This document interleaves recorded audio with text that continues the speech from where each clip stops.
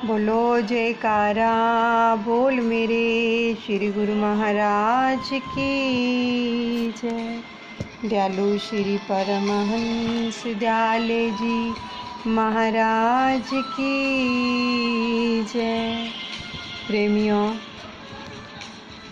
हम महापुरुषों के वचनों को अगर याद रखते हैं, उन पर मनन करते हैं और उनके मुताबिक ही अपना अमली जीवन बनाते हैं तो हमें बहुत ही लाभ मिलता है। लेकिन क्या है कि हम उनके वचनों को पकड़ते नहीं हैं। आप देखो, हमारे चतुर्थ पातशाह श्री सतगुरुदेव भगवान जी के वचन हैं कि अगर आप किसी को गुड़ नहीं दे सकते तो गुड़ जैसी बात तो करो। गुड़ जैसी बात तो कर सकते हो। किसी को गुड़ नहीं दे सकते तो गुड़ जैसी बात तो कर सकते हैं ना। लेकिन क्या हम करते हैं?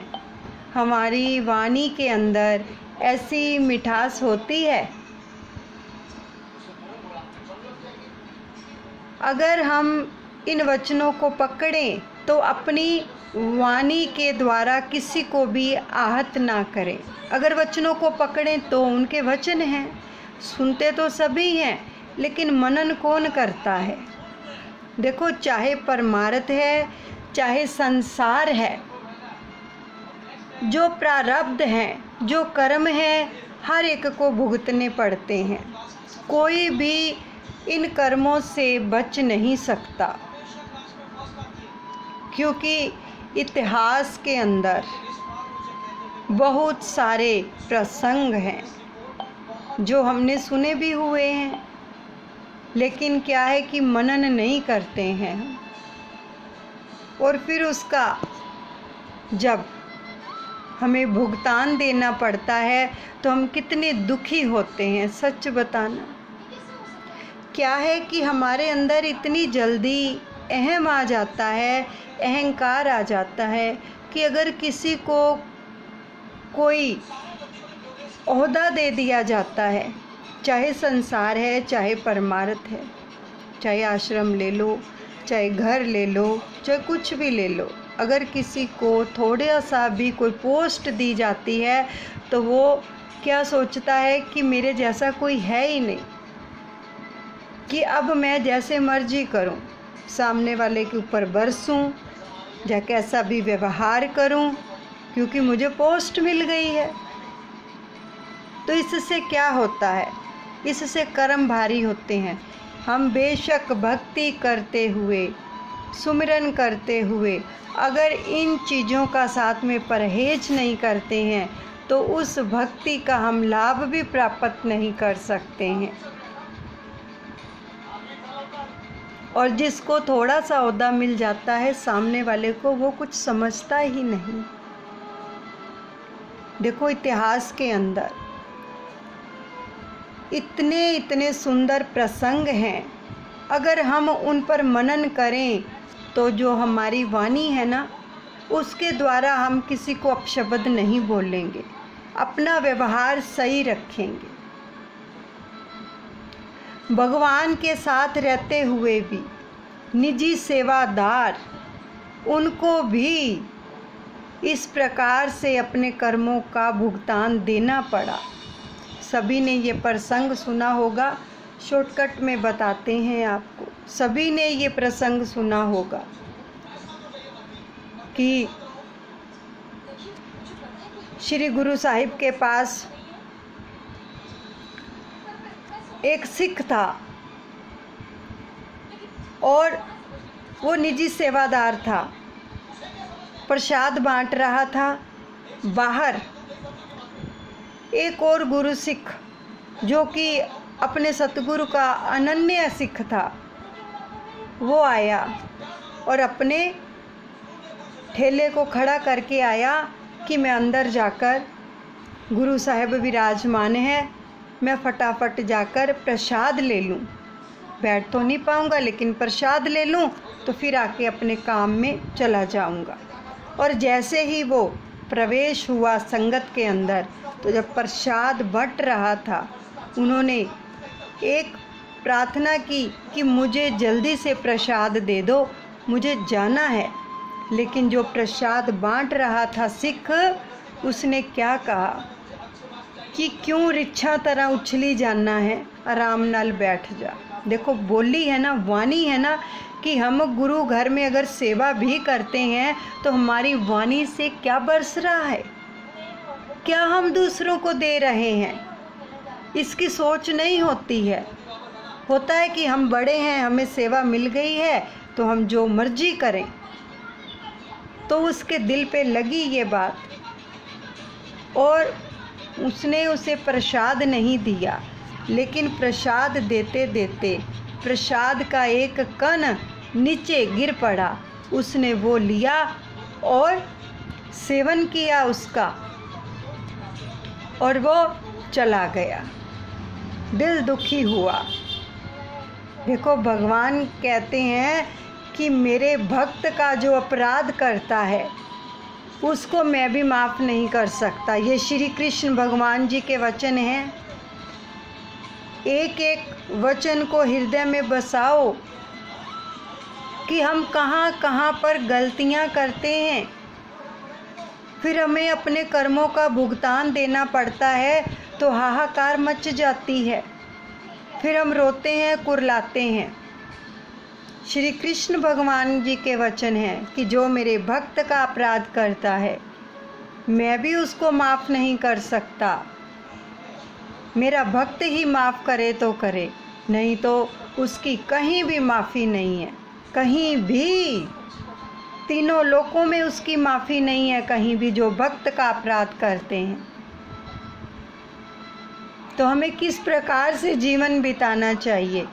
भगवान के वचनों को ग्रहण करो, सेवन करो कि भगवान क्या फरमा रहे हैं। लेकिन हम तो 1 मिनट के अंदर सामने वाले को पता नहीं क्या क्या बोल देते हैं, अपने अहम में आके पता ही नहीं चलता है कि चलो भगवान देख लेंगे। भगवान क्या देखेंगे, सतगुरु क्या देखेंगे? वो कुछ नहीं कर सकते हैं, क्योंकि उन्होंने हमें सद्बुद्धि दी हुई है, बुद्धि दी है कि अपनी बुद्धि से हम क्या कर सकते हैं, उसका सही इस्तेमाल करते हैं या गलत इस्तेमाल करते हैं। उसने बुद्धि दी है हमें भगवान ने, लेकिन हम अहम में आके क्या कुछ कर देते हैं। अब भगवान ने वचन कर दिए कि मेरे भगत का अपराध है जो, उसको मैं भी माफ़ नहीं कर सकता। केवल भगत ही करे तो करे, नहीं तो भुगतान भुगतना पड़ेगा। तीनों लोकों में कहीं भी चले जाओ, कोई माफ़ी नहीं है इसकी। तो बड़े सोच समझकर अपनी वाणी से शब्दों का इस्तेमाल किया करो। चाहे हम संसार में हैं, चाहे परमार्थ में हैं, सबके लिए ही एक ही विधान है, एक ही विधान है ये, क्योंकि उस कुदरत का विधान एक ही है। तो अब वो चला गया, लेकिन जब उसका दिल दुखा कि उसने उसको क्या शब्द बोले, क्यों रिच्छा तरह उछली जाना है, तो जब वो उसका अंतिम समय आया, उसने शरीर छोड़ा, तो उसको रीछ की जूनी मिली। कहा तो उसको था ना अपनी वाणी से, लेकिन भुगतना उसको पड़ा। वो भी अनन्य भगत था, अनन्य सिख था सतगुरु का, जिसका दिल दुखाया। इसमें सतगुरु क्या करेंगे? कर्म किया है तो भुगतो भी, क्योंकि सतगुरु ने समझ बूझ दे रखी है। तो फिर क्या हुआ? जब एक मदारी के पास वो रिछ था जो उसको पकड़ लिया गया, वो डुगडुगी बजाता था, उससे वो पैसे इकट्ठे करता था, उसको नचवाता था। तो उसी जगह पर जब श्री गुरु गोविंद सिंह जी का जो था अवतार हुआ था, तब वो उस जोत में आए, श्री गुरु गोविंद सिंह जी की जोत में आए। तो बाहर से उन्होंने कहलवा भेजा कि इसको अंदर बुलाओ, क्योंकि गुरु तो फिर भी मेहरबान होते हैं, लेकिन भुगतान तो देना पड़ता है ना। दुखी हुआ, आंखों में अश्रुधारा बह रही है कि मैंने क्या अपनी वाणी से बोला था और आज मैंने रिछ की जूनी पाई और मैं कितना दुख पा रहा हूँ। आज किसी की पकड़ में आ गया हूँ, उसके कहने पे मैं नाचता हूँ, जो देता है वो खाता हूँ। कहाँ तो एक भगत का जीवन, एक सिख का जीवन जो सतगुरु के चरणों में उसको मिला, कि सेवा मिली, निजी सेवा, लेकिन अहम आ गया। तो फिर गुरु साहिब ने कृपा की कि इसको अंदर लेके आओ, और उनके पास उनका बेटा जो सेवा में था, तो उसको गुरु साहिब ने बताया कि ये तेरा पिता है जो इस कारण से रिछ बना है, इसको रिछ की जूनी मिली है, इसने ये शब्द बोले थे। तो अब वो प्रार्थना करने लगा और गुरु साहिब ने उसको प्रसाद दिया कि जाओ खिला दो, इसका उद्धार हो जाएगा। लेकिन जी कितने समय के लिए उसको रिछ की जूनी मिली और कितने समय के लिए उसको ये जूनी भुगतनी पड़ी, कितना दुख भोगा उसने। और दूसरा, सतगुरु के पास, ये भी आपने लीला सुनी होगी, पंचम पातशाह श्री सतगुरुदेव भगवान जी के समय की लीला है कि ऐसे ही एक महात्मा जी थे जो अपनी वाणी से सही शब्दों का इस्तेमाल नहीं करते थे, जो आता था उस पे बरसते थे। तो उनको शेर की जूनी मिली, और जब सतगुरुदेव भगवान उधर से आ रहे थे तो श्री कार के पीछे पीछे शेर आ रहा था।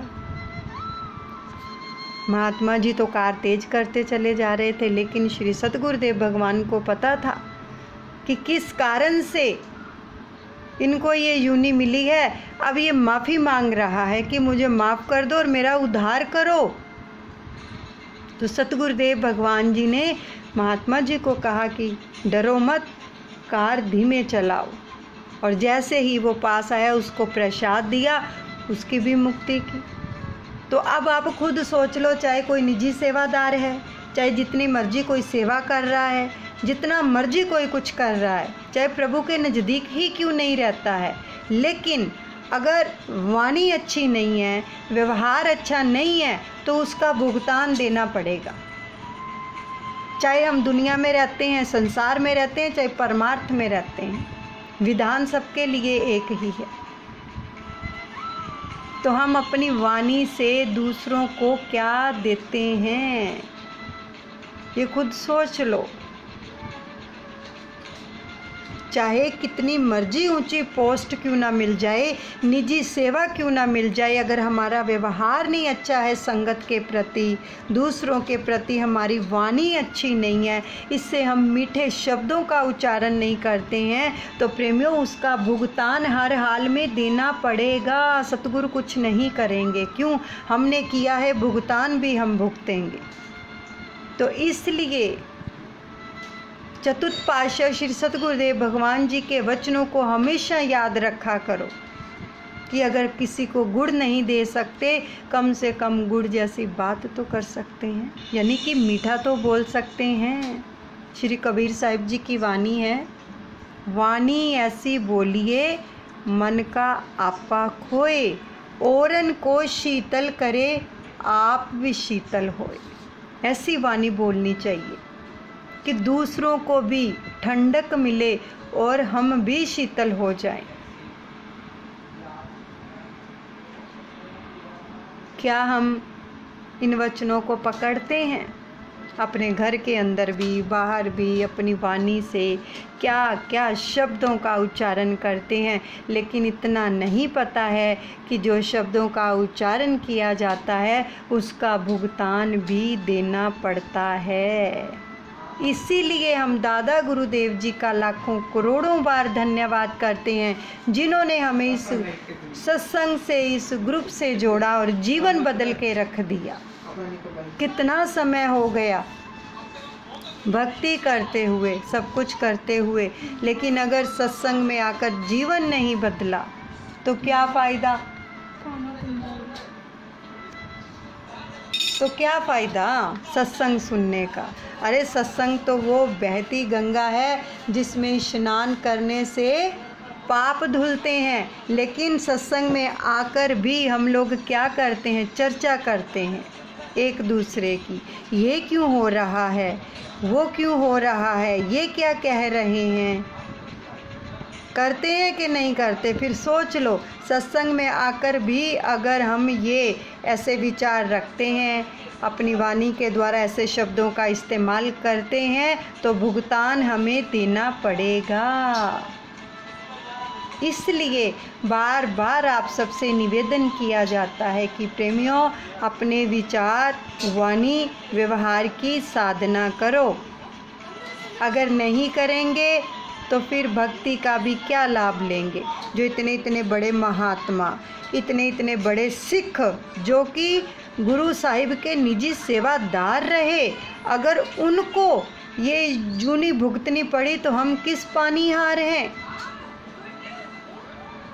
हमें भी अपने कर्मों का भुगतान देना पड़ेगा। अगर आपसे कोई कुछ कहता है, आपको हर्ट करता है, उसी समय उसके जो शब्द होते हैं उनको अर्पण कर दो। दादा गुरुदेव आपके अर्पण। हम बिल्कुल खाली, अपने मन में किसी भी प्रकार की बात मत लेके आओ, क्योंकि उसने कर्म किया है, उसका भुगतान वो देगा। हमें अपने कर्म भारी नहीं करने हैं उसको उल्टा सुल्टा बोलकर। उसने तो बोल दिया, लेकिन हमें अपने कर्म भारी नहीं करने। अगर हमारा सतगुरु के साथ प्रेम है तो हट तो जरूर होता है, लेकिन उसी समय अपने सतगुरु के चरणों में ध्यान लगाकर उनके अर्पण कर दिया करो सारा कुछ। और सत्संग के अंदर निर्मल मन के साथ आया करो, विचार शुद्ध रखकर। जो विचार शुद्ध रखते हैं ना, उन्हीं का ही जीवन संवरता है। तभी तो कहा गया है, बुरी आदतें सब छूट जाती हैं, जो चल सत्संग में आता है, जो आता है खाली जाता नहीं। हिस्सा भांडे मुताबिक ले जाता है। बुरी आदतें सब छूट जाती हैं सत्संग में आने से। किनकी छूटती हैं? जो अपने विचार, वाणी, व्यवहार की साधना करते हैं। नहीं तो फिर जितना भांडा होता है उसके मुताबिक वो ले जाते हैं। अपना हिस्सा भांडे के मुताबिक, जितना भांडा लेके आए हो, बर्तन लेके आए हो, उसके मुताबिक ही तो उसमें डाला जाएगा ना।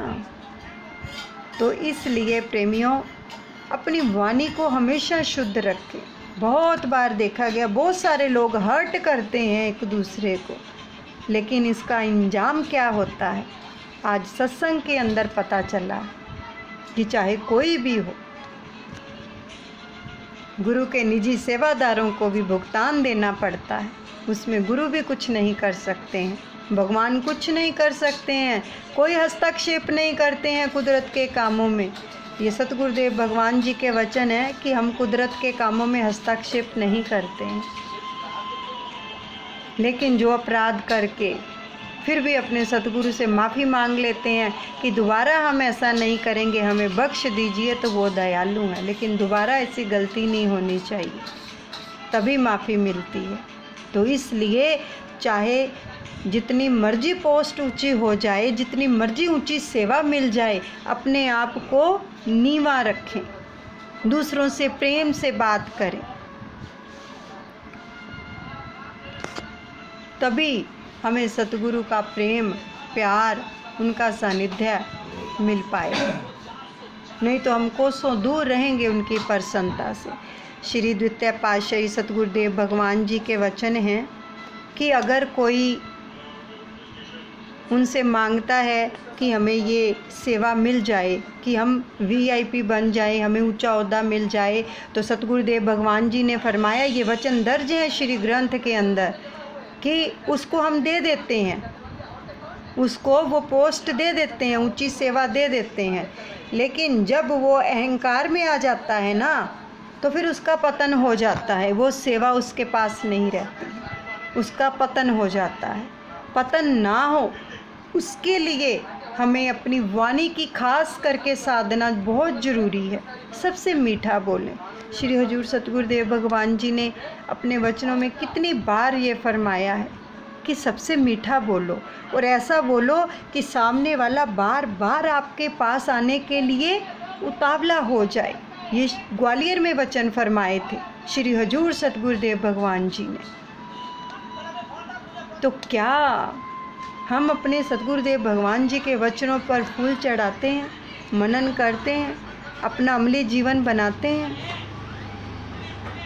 सच में बहुत सारे लोगों को देखा है ऐसे अपनी वाणी से अंगारे बरसाते हुए, लेकिन उनको ये नहीं पता होता कि हम सामने वाले को कुछ कह रहे हैं, उसके दिल पे जाके जो ये लगेगा, उसका दिल तो जो दुखेगा दुखेगा, उसका तो जो दिल दुखा, लेकिन उसके दिल के अंदर जो विधाता बैठा है, जो विराजमान है, सबसे पहले उसका दिल दुखेगा। तभी तो कहा गया है मंदिर ढालै मस्जिद ढालै, ढालै जो कुछ ढेंदा, इक न ढावी दिल बंदेदा, इस विच रब है रहंदा। इसकी कहीं माफ़ी नहीं है अगर हम किसी का दिल दुखाते हैं अपनी वाणी से, व्यवहार से, विचारों से, इसकी कहीं भी माफ़ी नहीं है। भगवान फरमाते हैं। इसलिए अगर सत्संग से जुड़े हैं तो अपनी वाणी में मिठास लेके आए, चाहे हम कहीं भी हैं, मिठास लेके आए।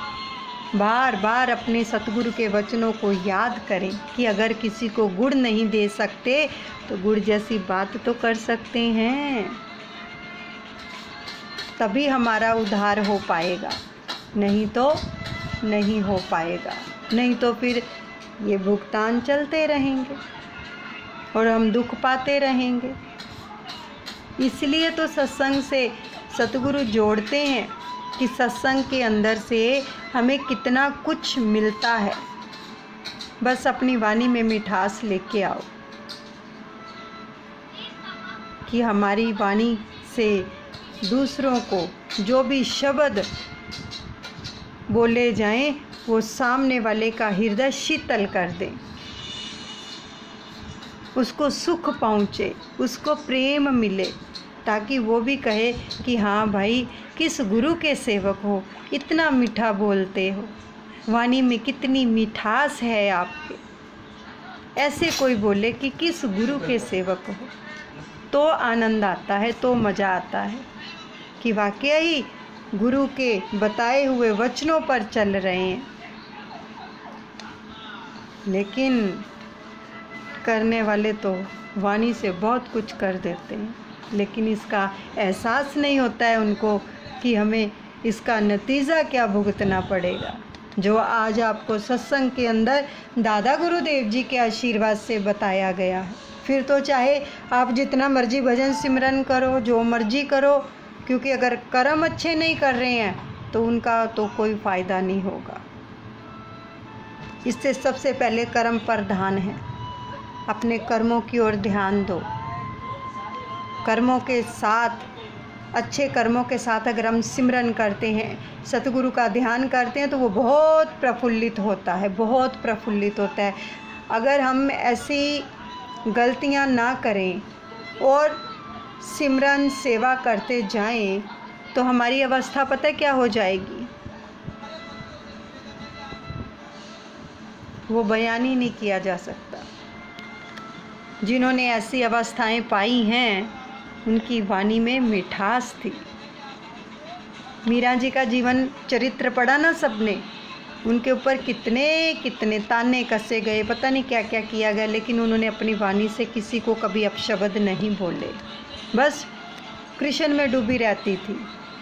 उनके अर्पण, सब कुछ उसके अर्पण कर दिया करो। कोई कुछ भी कहता है, जिस दिन पल्ला पकड़ लिया ना उस यार का अच्छे से, और अपनी जो कुछ भी है सब कुछ उसके अर्पण करते चले जाएंगे, तो सच में पास खड़ा दिखेगा, पास खड़ा, ऐसा एहसास होगा उसका। इसलिए अपनी वाणी से हमेशा ही हमें मीठे वचनों का उच्चारण करना है, ऐसे शब्दों का उच्चारण करना है कि सामने वाला खुश हो जाए, उसका दिल शीतल हो जाए, तभी भगवान का सानिध्य प्राप्त होगा। नहीं तो नहीं होगा, चाहे जितने मर्जी यत्न कर लो। शब्द ही जीवन संवारते हैं और शब्द ही जीवन बिगाड़ते हैं। तो इसलिए प्रेमियों, अपने सतगुरु के वचनों को हमेशा याद रखें कि अगर गुड़ नहीं दे सकते तो गुड़ जैसी बात तो कर सकते हैं। बोलो जयकारा, बोल मेरे श्री गुरु महाराज की जय। श्री परमहंस दयाले जी महाराज की जय। मेरे दादा गुरुदेव आप सबका मंगल करें, मंगल करें, मंगल करें। I love you, like you, respect you. Dada Gurudev ji bless you all. गुरुमुख ब्लेस यू।